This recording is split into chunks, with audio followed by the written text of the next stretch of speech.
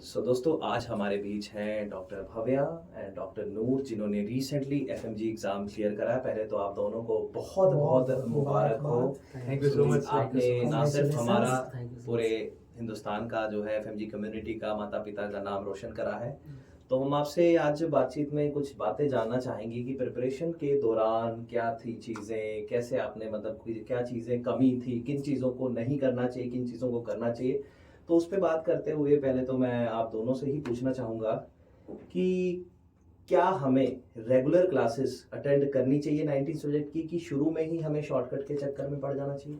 तो मेन बात ये है कि रेगुलर क्लासेस तो करनी चाहिए, क्योंकि रेगुलर क्लासेस से मेन तो एक बेसिक क्लियर होता है। क्योंकि बेसिक होगा, कॉन्सेप्ट होगा, तो लाइक उसके साथ साथ आपके एमसीक्यू भी सॉल्व हो जाएंगे। क्योंकि लाइक हर एक सब्जेक्ट है कि लाइक एनाटॉमी है, उसको कनेक्ट करो सर्जरी से, तो कौन सा पार्ट कहाँ पे है, तो वो आप एक डॉट क्लियर कर पाओगे। फिर कोई भी फार्मेक का कोई पार्ट है, तो वो गायनेक में कहाँ पे उसकी ड्रग ऑफ चॉइस है।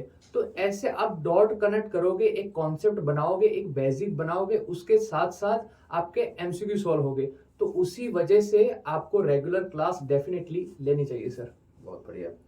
आप बताइए कि क्या आपने 19 सब्जेक्ट के टेस्ट दिए थे पेपर पास करने जी से सर, पहले? मैंने जो भी है तो एक तो 19 सब्जेक्ट मैंने पढ़े थे, बहुत बढ़िया, उसके बाद 19 सब्जेक्ट के मैं हमेशा टेस्ट देता था। बहुत बढ़िया। तो टेस्ट में जब किसी सब्जेक्ट के नंबर कम आ रहे थे तो क्या आपने उस सब्जेक्ट को छोड़ना बेहतर समझा कि उस सब्जेक्ट को दोबारा से किसी तरीके से कवर करने की कोशिश करी उस आपने? सब्जेक्ट पे या तो फिर क्वेश्चन ज़्यादा लगाया करता था मैं, और थ्यू देखता था मैं कि एनालाइज करता था कि क्या मेरी गलत है, कहाँ पे मिस्टेक है, कौन सा टॉपिक मेरे कमज़ोर है। तो उस पर ध्यान देता था और बार बार उसको और रिवीजन करता था। जैसे जो सब्जेक्ट लगता था कि ये तो थोड़ा सा मेरे से हो जाएगा ये, लेकिन ये थोड़ा टफ लग रहा है, तो उसको ज़्यादा फोकस करने लगता था फिर, बहुत बढ़िया। बार बार रिवीजन। तो मैं आपसे ये पूछना चाहूंगा कि जैसे ये हमने दूसरी बार एग्जाम लिखा, हाँ जी सर। राइट, तो पहले ऐसी कौन सी गलती हुई जो आपको लगा कि मैंने इस टाइम नहीं करनी चाहिए, जिससे मेरे को इम्प्रूवमेंट मिली और उसका रिजल्ट भी आपके सामने, हम सबके सामने ही है इसमें। अच्छा। हाँ। तो एक्चुअली क्या था कि मैं जैसे मेरी स्टडी कंप्लीट करके आया, तो लाइक मैंने देखा कि मार्केट में ये भी चल रहा है, ये भी चल रहा है। तो मैंने सब कुछ देखा, तो लाइक मोस्टली जो मेरे क्लासमेट थे शॉर्टकट यूज कर रहे थे। तो मैंने भी वही यूज करा कि लाइक 2 मंथ में सब कुछ हो जा रहा है खत्म।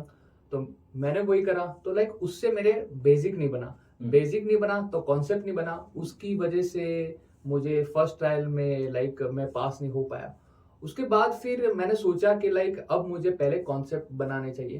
तो कॉन्सेप्ट के लिए मैंने मेडवे क्लासेस करी, और उसके बाद फिर मैंने पूरा 19 सब्जेक्ट था वो मैंने क्लास करी। उसके बाद कॉन्सेप्ट बने, उसी वजह से, उसी कॉन्सेप्ट से मेरी एग्जाम इस बार क्लियर हो गई थी सर। बहुत बढ़िया, बहुत बढ़िया, बहुत बढ़िया। मैंने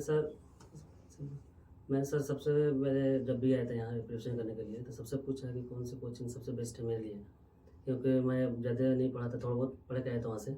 लेकिन ये चाहता कि मैं बेसिक से लेकिन सब कुछ क्लियर हो जाए मेरे, और डाउट भी जो भी है तो उसी टाइम क्लियर हो जाए। तो ज़्यादातर स्टूडेंट जो फ्रेंड थे, जो सीनियर थे, उन्होंने ये मिडवे का नाम लिया, क्योंकि उसमें सारे अच्छे टीचर हैं और बहुत अच्छे से पढ़ाते हैं, सब समझाते भी हैं, कोई भी डाउट हो तो क्लियर करते हैं। तो इस वजह से हमने क्लियर किया, और इस वजह से हमने 19 सब्जेक्ट यहीं से किया, और सर फिर जितने भी डाउट होते थे सब क्लियर हो जाते थे। डॉक्टर साहब, रिवीजन कैसे करते थे आप? जैसे डेली क्लास के बाद क्या टाइम उतनी मिल जाती थी रिवीजन करने के लिए? Okay sir. तो लाइक क्लासेस बेसिकली जो थी वो तो लाइक 9 से 6, 7, 8 ऐसे चलती थी, ठीक है। तो लाइक खाना पीना हो गया, उसके बाद सर लाइक जो 9 से 12 का टाइम था, तो उसमें लाइक मैं जो सर ने पढ़ाया है वो सब मैं पढ़ता रहता था।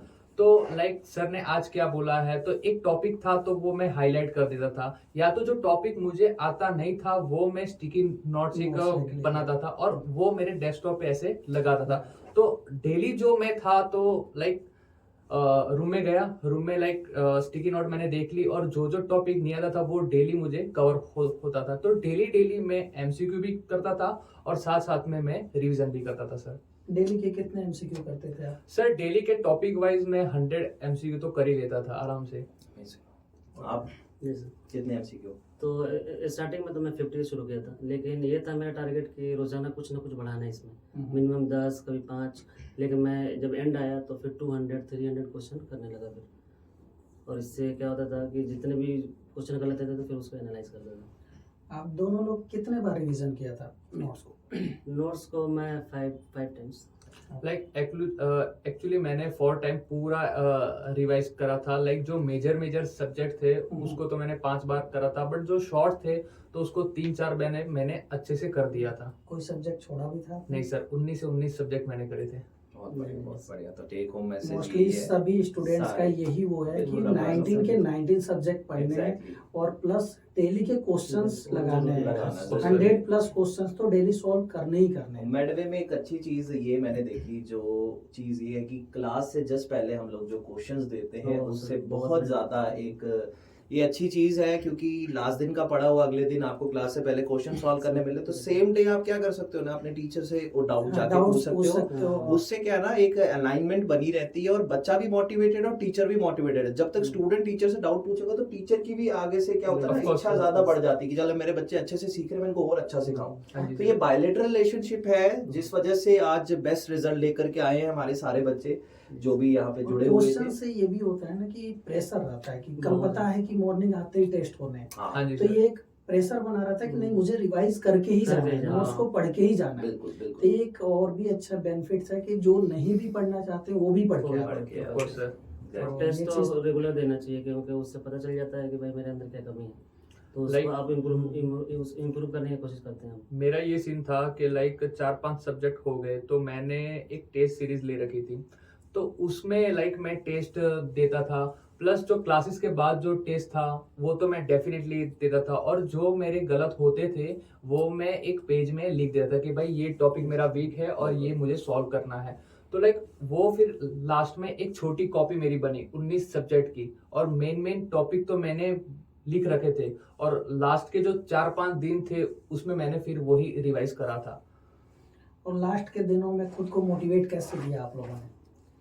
जब दिल ऐसे हल्का होगा जैसे बिल्कुल लास्ट के टाइम पे बस अब एग्जाम है, एग्जाम के टाइम पे क्या होगा, कैसे होंगे? तो उस टाइम में सर ऐसा लगता था कि सब कुछ हमने भूल गया, लेकिन अपने आप को ऐसे कॉन्फिडेंस नहीं, आराम से हो जाए, कोई दिक्कत नहीं है, क्योंकि बहुत सारे सीनियर इससे बोलते भी थे। बहुत टीचर सारे बोलते थे। स्टूडेंट्स को लगता है सब भूल गए हैं, सब पर जब भूल वो गए। एग्जाम में जाते हैं, बैठते हैं तो क्लास की सारी चीजें वहाँ पे याद आती हैं। टीचर किस हिसाब से बताया, कैसे बताया, सारी चीजें याद आती रहती है क्लास की, क्योंकि उन्होंने ऐसे बताया था, ये एग्जाम्पल दिया था, सारी चीजें याद आती रहती है फिर जब एग्जाम देने बैठते हैं तो। डॉक्टर भाई, आपने कैसे अपने आप को मोटिवेट रखा? सर मेरा बेसिकली ये सीन था कि एक तो एग्जाम थी, अटेम्प्ट मेरा सेकंड था, तो मैं थोड़ा डरा हुआ था, बट पारस भाई थे, अजम सर थे, तो एक तो सपोर्ट तो था, बट मेन थिंग ये है कि मेरा फैमिली का सपोर्ट बहुत था कि लाइक मेरी मम्मी थी, मम्मी बोलती थी कि लाइक बेटा तू कर लेगा, आराम से कर लेगा, बट कई कबार बच्चों को क्या होता है रात में नींद नहीं आती है, लाइक थोड़ी हैवीनेस हो जाती है, बट धीरे धीरे लाइक पापा का सपोर्ट रहा, फ्रेंड का सपोर्ट रहा, और उसी वजह से लाइक मैं अभी पास हो गया था। मोस्टली यही सीन था। बहुत मुबारक। थैंक यू सो मच, आप दोनों ने अपना एक्सपीरियंस शेयर Thank किया। you so much, so much, guys. Congratulations. Thank you so much sir. Congratulations. चलो भाई।